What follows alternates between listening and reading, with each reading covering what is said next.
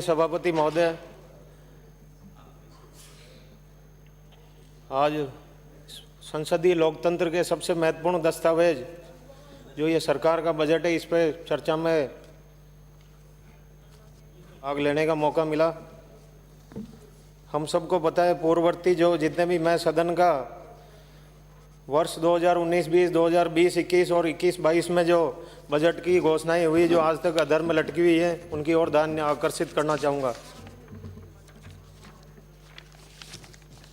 Para 31, आपने पहले budget में प्रत्येक पंचायत समिति में नंदी शालाएँ स्थापना करने की घोषणा करी, जिसमें सरकार ने सदन में भी ये जवाब में स्वीकार किया कि अभी तक घोषणा पूरी नहीं हुई है।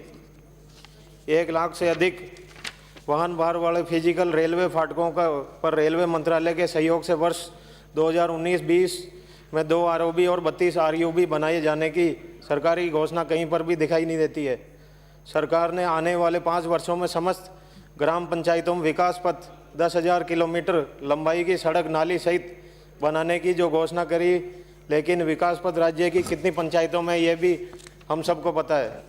कृषि कनेक्शनों के लिए जब कृषि बजट अलग से सरकार ने पेश करने की घोषणा करी, जब किसानों को आस लगी, पर जब कृषि कनेक्शनों का जो पिछले बजट में पृथक फीडर बनाने की स्थापना हेतु 5,200 करोड़ की जो योजना हुई, उसमें से भी 1 फूटी कौड़ी भी अभी तक खर्च नहीं हुई है। राजस्थान जल क्षेत्र पुनर्संरचना परियोजना द्वारा 22,021,831 सेम क्षेत्र में कृषि योग्य 207 करोड़ का जो प्रावधान किया पाकिस्तान जा रहे पानी को रोकने के लिए, उसमें भी कहीं योजना दिखाई नहीं दे रही है। 200 करोड़ रुपए की लागत से सौर ऊर्जा चालित टैंक सहित ट्यूबवेल का कार्य आज भी अधर में है। मुख्यमंत्री जी ने पैरा 77 में मुख्यमंत्री लघु उद्योग प्रोत्साहन योजना के तहत 10 करोड़ के ऋण ब्याज अनुदान दिया होता तो आज उद्यमी आर्थिक संकट में नहीं होते। वर्ष 2019-20 में 50 करोड़ में, अगले 5 वर्षों में 250 करोड़ का प्रावधान तो कर दिया, लेकिन इसमें से कितनी राशि खर्च हुई इसका उल्लेख करें। पैरा 81 में राजस्थान एम्स एंड नीति 2019 कागजों से बाहर नहीं निकली है। मोहल्ला और गली में जो जनता क्लिनिक खोलने की घोषणा करी है, उसके लिए आज तक भी कोई बजट आवंटित नहीं हुआ है। प्रत्येक गांव में शिक्षा, स्वास्थ्य, सड़क ऐसी सुविधाओं के लिए मास्टर प्लान सिर्फ कागजों में ही बनकर तैयार हुआ है, धरातल पर नहीं। राजस्व कानूनों में जो संशोधन कर निस्तारण प्रक्रिया को इस कदर सरलीकृत किया कि आज तक लाखों प्रकरण राजस्व न्यायालय में लंबित पड़े हुए हैं।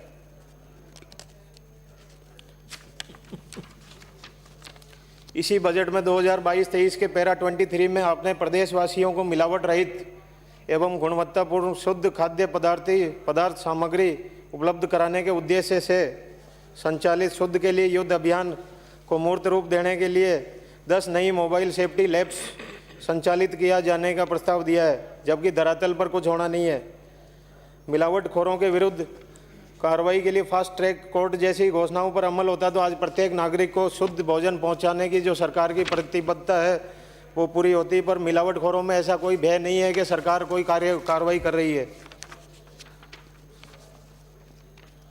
राज्य के सभी किसानों को 3 वर्ष में दिन के 2 ब्लॉक में कृषि हेतु विद्युत उपलब्ध कराने पर 2,000 करोड़ रुपए का प्रावधान, जिसमें 220 केवी के नए 6 जीएसएस, 132 केवी के 30 नए जीएसएस और 33 केवी के 287 नए सब स्टेशन बनाना निर्धारित था।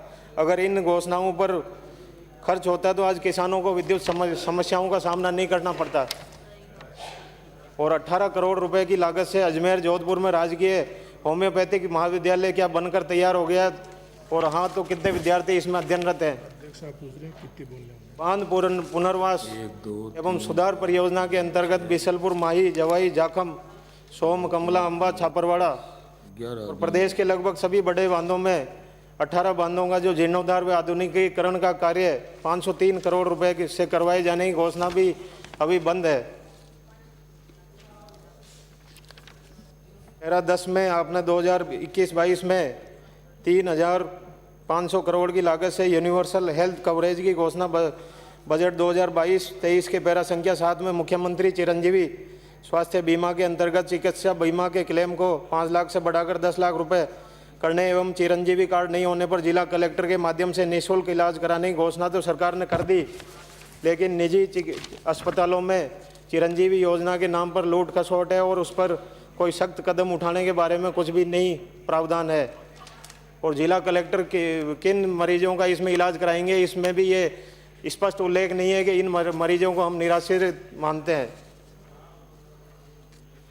राज्य के सभी 7 संभागीय मुख्यालयों पर पब्लिक हेल्थ कॉलेज की स्थापना की घोषणा का क्या हुआ? घोषणा को जमीनी स्तर पर कब उतारेंगे? राजस्थान के औद्योगिक परिवेश को बढ़ावा देने के लिए जो उद्योग नीति आई है और अपने राजस्थान में निवेश के लिए अभी सरकार ने भी अभियान चलाया है। इस निवेश में हमारे भी नसीराबाद विधानसभा, मेरे विधानसभा क्षेत्र नसीराबाद में भी कालेसरा में एक औद्योगिक क्षेत्र के लिए घोषणा सरकार ने पिछले बजट में करी है, पर सरकार ने कहीं पर भी इसको मूर्त रूप देने के लिए अभी ज़मीनी स्तर पर कोई कार्रवाई नहीं करी है। पिछले वर्ष में जो सड़कों की घोषणाएं माननीय मुख्यमंत्री जी ने अपने बजट भाषण में करी, चाहे मांगलियावास से पीसांगण होते हुए और रिया बड़ी वाली रोड हो, चाहे अपने ब्यावर से पीसांगण वाली रोड हो, तो इसमें कहीं पर भी धरातल पर कोई काम नहीं हुआ है। और जो 5 करोड़ का प्रावधान माननीय मुख्यमंत्री जी ने नॉन पेचेबल रोडों के लिए किया है, उसमें कहीं पर भी गुणवत्तापूर्ण कार्य नहीं हो रहा है, न इसमें कोई गारंटी पीरियड की सुनिश्चित अवधि का उल्लेख है। इतने वर्ष तक ये रोड नहीं बनेगी और इतने रोड तक मेंटेनेंस ये ठेकेदार करेगा। तो जहाँ पर भी रोड बनने जा रही है, ग्रामीणों की शिकायतें आती है, इसमें पूरी रोडों का गुणवत्ता का पूरा ध्यान रखा जाए, क्योंकि हम सड़क पर चलते हैं तो कई बार ये महसूस होता है सड़क पर गड्ढे हैं या गड्ढों में सड़क है। तो ऐसी स्थिति नहीं आई, अपने नॉन पेचेबल सड़कें जो बने और जो जहाँ पर इनकी फिजिबिलिटी के हिसाब से सीसी रोडों की आवश्यकता है, तो उस नॉन पेचेबल सड़कों में सीसी रोडों का भी प्रावधान हो। साथ में ये सीसी रोडें जहाँ पर जरूरत है वो आवश्यकता अनुसार 100 मीटर 200 मीटर सीसी रोडों की स्वीकृति भी मिले। माननीय सभापति महोदय, शिक्षा विभाग में भी कई घोषणाएं हुई। हमारे जेठाना, रामसर सहित प्रदेश में कई ऐसे विद्यालय हैं जहां पर छात्राओं के स्कूल हैं, तो उन स्कूलों को बंद करके अंग्रेजी माध्यम से खोलने के उसमें छात्राओं के नामांकन में कमी आई है और छात्राओं ने कई स्कूल शिक्षा से वंचित रहने का काम भी हुआ है। तो सरकार छात्राओं की शिक्षा को बढ़ावा देने का बातें कर रही है, पर कहीं पर भी इसको अमली जामा पहनाने के लिए धरातल पर कोई काम नहीं हो रहा है। मैं सभापति महोदय आपके माध्यम से शिवपुरा स्कूल जो हमारे करनौस पंचायत में है, इसको क्रमोन्नत किया जाए और डीएमएफटी फंड के माध्यम से जहां पर शिक्षा विभाग में जर्जर इमारतें हैं वहां पर नई इमारतें बनाने का प्रावधान है, तो उसको जल्द से जल्द पूरा करवाया जाए। क्योंकि कई छात्र स्कूलें ऐसी है जहां पर छात्र बैठते हैं पर बरसात के मौसम में उन स्कूलों को ढहने का खतरा होता है। तो इसमें पीडब्ल्यूडी के अधिकारी और शिक्षा विभाग के अधिकारी कोऑर्डिनेट करके कोई बड़ा हादसा नहीं हो, इससे बचाव के लिए इसका सर्वे करवाए पूरे प्रदेश में, और जिन स्कूलों में नई इमारतों की जरूरत हो वहाँ पर नई इमारतें बनाई जाए। टीचर्स भी स्कूलों में पर्याप्त मात्रा में नहीं है, अभी स्कूलें क्रमोन्नत तो हो रही है पर विषय विशेषज्ञ जो हमारे लेक्चरर्स हैं उनकी नियुक्तियां नहीं हो पाएंगी, तो इस वजह से भी छात्रों को पढ़ाई से वंचित रहना पड़ेगा। पीसांगण में जो उपखंड मुख्यालय हमारे नसीराबाद विधानसभा क्षेत्र में, इसमें कॉलेज खोला जाए जिससे आम जनता और दूर दराज क्षेत्र के रहने वाले आम निवासियों को फायदा मिले। मिसिंग लिंक योजना में भी सड़कें बनी बात करें। और मैं ये कहना चाहूँगा कि हमारे श्रीनगर अजमेर जो रोड है उसको भी चौड़ाई बढ़ाई जाए, और भी जो पीएमजीएसवाई में भी सड़कें बनी हैं उनकी तर्ज पर हमारे भी जो नॉन पेचेबल और ये मिसिंग लिंक बन रही है इनकी गुणवत्ता भी बराबर बनती रहे। मैं आपका ध्यान खेलकूद की तरफ भी बड़ा ध्यान आकर्षित करना चाहूँगा कि प्रदेश में भी हमारे प्रतिभाएं हैं और जो छात्रों को मौका मिलेगा तो वो भी अपने ओलंपिक में हो चाहे नेशनल में मेडल लेके आएंगे। तो छात्रों को इनको खेलकूद को बढ़ावा देने के लिए भी सरकार ठोस नीति लेकर आए और इनको जहाँ जहाँ पर भी भत्तों की जरूरत हो या सहयोग की जरूरत हो पूरा सहयोग प्रदान किया जाए। और जल जीवन मिशन योजनाओं में जो काम हो रहे हैं उनकी गुणवत्ता की जाँच की जाए, और जहाँ पर पानी नहीं पहुँच रहा हो उसकी भी राज्य स्तरीय कमेटी जाँच करे। और ट्यूबवेल्स जो पिछली घोषणाओं में अभी तक ट्यूबवेल यहाँ पर नहीं लगे हैं तो उनको भी जल्द से जल्द पूरा करवाया जाए। माननीय सभापति महोदय, जो कृषि बजट अलग से पेश किया गया है बात करें। उसमें जो प्रावधान है, श्री मैं आकमल जी। माननीय सभापति महोदय आपके माध्यम से ये कहना चाहूंगा कि जहाँ पर टेबल कर पशुपालन दीजिए, भी टेबल कर कृषि दीजिए, से टेबल जुड़ा कर हुआ दीजिए। क्षेत्र ही है। माननीय सदस्य, मैं टेबल कर रहा हूँ, बस एक दो बातें, एक दो लाइन है।